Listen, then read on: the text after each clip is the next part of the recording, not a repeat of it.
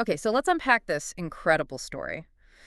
For anyone who loves a good hero's journey, ancient magic, epic battles, the Darab really delivers. It absolutely does. We're diving into this specific, really thrilling part today. Darab's fight with the Dragon Guardian. It's got that kind of high stakes feel, almost like The Hobbit or Game of Thrones in its intensity. Good versus this massive, overwhelming evil. Exactly. And what's so great about these ancient stories, and the Darab especially, is, well, they're more than just adventure tales, right?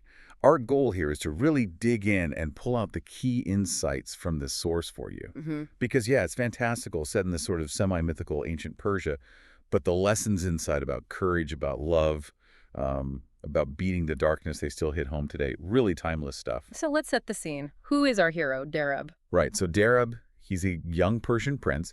He's actually the heir to Queen Homay, and he gets sent off on this pretty dangerous quest. And it's not just about glory, is it? There's a specific goal tied to, well, romance. That's right. He's trying to prove his worth, sure, but specifically, he needs to win the heart of Princess Nahid. She's from a faraway land. Classic heroic motivation, really. But the quest object itself, it's pretty significant. What's he after? He's after the Ahura Talisman. And this isn't just some shiny object, it's a seriously magical artifact. The stories say it grants powers, maybe invisibility, maybe protection for the whole Persian realm. It's vital. Wow, okay, so high stakes. Extremely high stakes, and the Guardian, this dragon guardian. Yeah, It's duh. not just a big lizard. It's straight out of Persian mythology, Right. and it actually symbolizes the forces of Ahriman. Ahriman. That's the embodiment of evil in Zoroastrianism. Precisely. The destructive spirit, chaos, darkness, all opposing creation and order. So Darab isn't just fighting a monster. He's, in a way, fighting primordial evil itself. It elevates the whole thing. Definitely. Now, for a quest like that, you need more than just courage. You need a team, or at least some key players. Tell us about the cast here. Who is Darab? Well, Darab himself, he's depicted as brave, yes, but also cunning, smart. He's got this amazing celestial sword. Text says it's forged from star iron. Star iron, like meteorites. Probably something like that, yeah. Ancient cultures often thought meteoric iron had divine power, Yeah. Super strong. And he's driven. He really wants to prove himself. But crucially, he's not alone. Right, he's got Rashid with him, his loyal buddy. Loyal companion, yeah. Yeah. And Rashid's important because he's a veteran warrior. He brings experience. But also, the text mentions his sort of wry humor. Adds a bit of grounding, a bit of warmth to the danger. You'd want him around when things get weird. And they do get weird because they meet the forest sage. Ah, yes, the sage. Classic wise old man figure. Right. White beard, piercing eyes. Lives near the edge of this enchanted forest they have to cross. He's pivotal. And then the main event, the Dragon Guardian itself. What's it like? Oh, it's terrifying. Colossal. Scales like steel, dark wings, eyes like lanterns, and fiery breath, obviously. Yeah. But more than that, its gaze can supposedly cast spells, ensnare your mind. And its roar, it literally shakes the earth. A proper epic monster. So you've got the hero, the companion, the mentor, the monster. The classic setup. It really is, each playing a vital role. It's almost like a blueprint for how these epic quest narratives work, isn't it? Yeah. Everyone contributes something essential. Okay, so they reach the edge of this enchanted forest. They've had a tough journey already. What's the vibe like there? The source paints quite a picture of Oh, it. definitely. It's described as incredibly atmospheric. Think towering trees, branches twisting like living hands almost. Thick mist everywhere, eerie sounds, howls in the distance, leaves rustling when there's no wind. Spooky. Very. And the sunlight barely gets through, just enough to cast this kind of haunting glow. Rashid has that great line, something like, this forest is no place for a picnic, Darab. Watch your step. Real practical. Huh. All determination. He replies, for Nahid, I fear no shadow. Sets the tone perfectly. This is where the real test begins. And right there, at the edge, they meet the forest sage. This encounter is crucial, isn't it? Yeah. What does he tell Darab? It's absolutely critical. Yeah. The sage gives him this core piece of strategic advice. He warns him the dragon's strength is unmatched. So don't try to overpower it directly. Okay. But he says its weakness lies in cunning, strategy over brute force. And then he actually gives Darab a weapon. Ah, the magical spear. Exactly. A spear with this ethereal glowing tip. It's specifically meant to pierce the dragon's super tough hide. And the sage gives him precise instructions. Aim for its underbelly, where its heart beats. So find the weak spot. Classic strategy. Classic, but essential. It underscores that even the biggest threats often have a vulnerability if you're smart enough to find and exploit it. Darab vows he'll return victorious. Armed with wisdom and this new weapon, they head into the forest, towards the dragon's cave. What's the approach like? Foreboding is probably the word. The entrance is littered with charred rocks, bleached bones. Not subtle. Grim welcome, Matt. Totally. And you can feel this oppressive heat coming from inside, and the ground has this low rumble, like something huge is stirring deep within. Just a dreadful, intimidating place. And then Darab goes in. Yeah, he steps inside, and it's just darkness. Total blackness, except for maybe a faint gleam off the stone walls.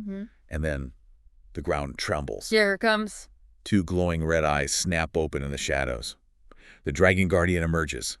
Scales like molten iron, wings whipping up a storm inside the cave, and this deafening roar that echoes like thunder. Intense. You can just imagine Darab, heart pounding, steadying that magical spear, Rashid right there beside him, sword ready. It's that moment of confrontation, all the build-up paying off. And the fight kicks off immediately, with fire. Instantly. A huge torrent of fire erupts from the dragon. Darab throws up his shield, feels the incredible heat, but then, bam! The dragon's tail whips out, catches him, sends him sprawling. Oh no, he's down. It looks bad. But then Rashid, his loyal companion, yells out exactly what they need to hear. The sage's advice. Precisely. Darab! It's underbelly. And Darab, he doesn't panic. He uses that cunning the sage mentioned. He dodges snapping jaws, rolls right under the dragon's massive wing. Risky. Super risky. And he has to fight off that spellbinding gaze, too, the one that tries to cloud his mind. The text says he keeps Nahid's face in his heart, uses that love as a shield against the magic. Wow, that's quite poetic, actually. It really is. It shows his motivation is his strength. And then, that key moment he sees his chance, lunges forward and thrusts that glowing spear right into the soft underbelly. Does it work? Oh, yeah. A final deafening roar shakes the whole cave. The beast collapses. Its blood, described like flowing lava, spreads across the stone floor. Victory. But it was won through cunning and focus, not just strength. Incredible. So the dragon is dead. What happens next? The talisman. Exactly. As the dragon falls, that oppressive magical feeling in the cave starts to fade. And as it clears, this radiant light appears, revealing the Ahura talisman. It's a gleaming ring, just like the story said. The prize. The prize. Darab takes it, slips it onto his finger, and you get the sense he feels its power, that protection or invisibility flowing into him. So quest complete. Quest complete. He and Rashid emerge from the forest, probably looking pretty rough, but absolutely triumphant. And it's a double win, really. How so? Well, he got the talisman, which brings him closer to winning Princess Nahid's heart, that personal goal. Yeah. But it also cements his reputation back home, in Queen Home's court. He's now a proven hero, a legend.